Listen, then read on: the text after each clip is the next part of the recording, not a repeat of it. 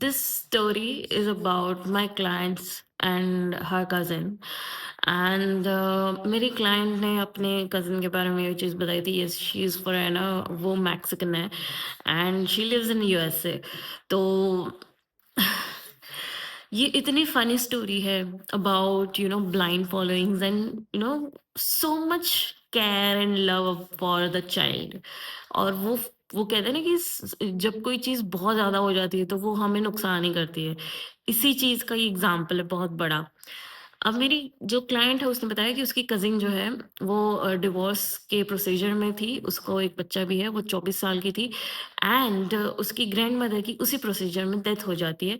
जबकि उसकी कज़िन अपनी दादी माँ से बहुत ही ज़्यादा कनेक्टेड थी इमोशनली। वो अपनी सारी चीज़ें उसके साथ शेयर करती थी एंड उसकी दादी माँ की लंबी बीमारी की वज़ह से उनकी डेथ हो गई। अब ये चीज़ वो इमोशनली झेल नहीं पाई, साइकोलॉजिकली भी झेल नहीं पाई। वो लिटरली डिप्रेशन में चली गई। रूम में अपने आप को लॉक करके रखने लगी, कुछ खाना-पीना बहुत इर्रेगुलर हो चुका था, उसका पूरा लाइफ़स्टाइल इर्रेगुलर हो चुका था, वो पूरा ख़त्म हो चुका था उसका लाइफ़स्टाइल एंड ये चीज़ जब उसके पेरेंट्स ने देखी, मेरी क्लाइंट ने बताया कि उसके पेरेंट्स ने जब ये चीज़ देखी तो उनको लगा कि वो पॉसेस्ड है किसी चीज़ से and just to get rid of that, उन लोगों को जब कोई प्रूफ नहीं मिले अपने मतलब चर्च में देने के लिए कोई प्रूफ नहीं मिले कि इसको सच में किसी चीज़ ने पोसेस किया है, तब इन लोगों ने अनऑथोराइज्ड एक्सॉर्सिज्म करना शुरू कर दिया है उसके ऊपर, अपनी जो धार्मिक ग्रंथ है उसको पढ़ना शुरू कर दिया उसके ऊपर। जब वो लड़की साइकोलॉजिकली इतनी ज़्यादा बीमार थी कि वो गुस्सा करने लग गई एंड वो बाथरूम में जाके गर्म पानी से नहाने लगी, आराम से बैठ के।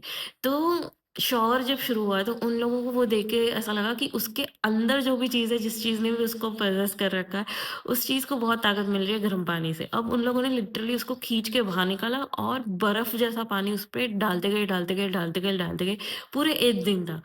और उनको लगा कि ऐसी चीज़ करने से उसके अंदर की जो जिस चीज़ ने भी पॉसेस किया है उसको, वो बाहर निकल जाएगा एंड उसकी उनकी बेटी जो है वो मतलब ठीक हो जाएगी। इस सोच के साथ उन लोगों ने इतना सारा पानी डाला, इसकी वज़ह से उस लड़की की फाइनली डेथ हो गई, हाइपोथेरेमिया की वज़ह से। Now they were not even accepting it in court. मेरी क्लाइंट ने कहा कि हम लोगों ने सबने उनको बताया कि अब तो एक्सेप्ट कर लो, बट दे स्टिल थिंक्स कि उन्होंने अपनी बेटी की हेल्प करने की कोशिश की।